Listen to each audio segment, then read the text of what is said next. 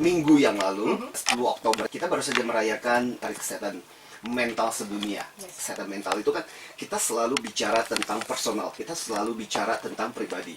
Nah, ada bagusnya juga pada kesempatan ini kita ngomongin tentang sesuatu yang agak sedikit unik tentang organisasi. Karena gini, definisi mental health-nya WHO, kalau dikatakan mental sehat itu apa sih? Satu, dia bisa mengoptimalkan potensi dirinya. Dua, dia tidak mengalami tekanan, tidak mengalami stres. Tiga, dia itu bisa produktif. Dan yang keempat adalah dia bisa berkontribusi untuk komunitas orang-orang masyarakat di sekitarnya. Nah, bagaimana caranya kalau itu kemudian diletakkan di organisasi? Bagaimana ukurannya? Apa yang bisa kita katakan organisasi lu itu sehat atau kagak? Kalau di Indonesia kita tidak punya data statistik secara khusus tentang perusahaan di Indonesia. Tetapi kalau kita perhatikan di dunia, dampak dari kondisi situasi dari perusahaan yang sakit itu ya. Contoh dari APA, Psychological Association, itu mengatakan begini, 1 dari 4 karyawan yang disurvei, itu nggak percaya sama perusahaannya.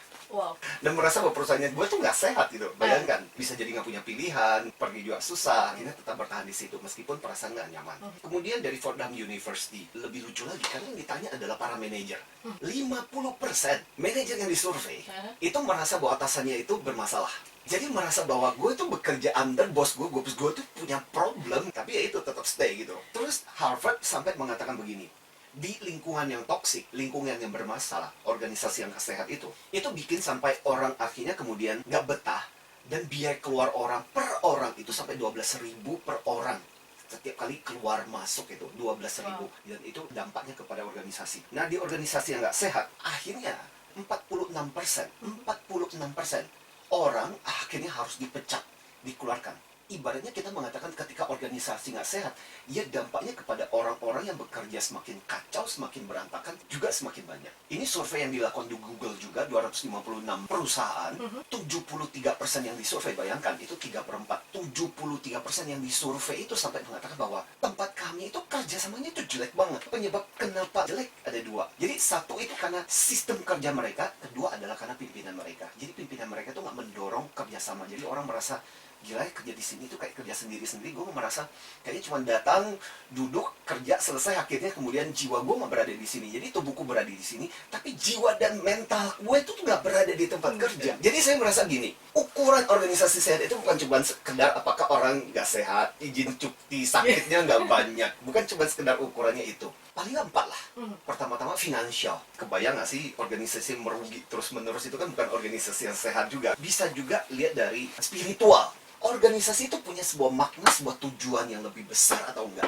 Jadi bukan cuma sekedar hanya untuk keuntungan organisasi, tapi organisasi itu punya cita-cita yang besar. Dan ukuran yang ketiga adalah emosional. Gimana sih perasaan dari orang-orang yang bekerja di sana? Happy nggak sih? Bahagia nggak sih? Puas nggak sih? Nah, ukuran yang lain adalah ukuran sosial. Interaksinya gimana? Orang saling nikam, nggak banyak konflik, orang menikmati interrelasi. Jadi orang merasa bahwa datang ke kerja, ye, gue datang ke tempat kerja nanti akan ketemu sama ada Mbak Tasya.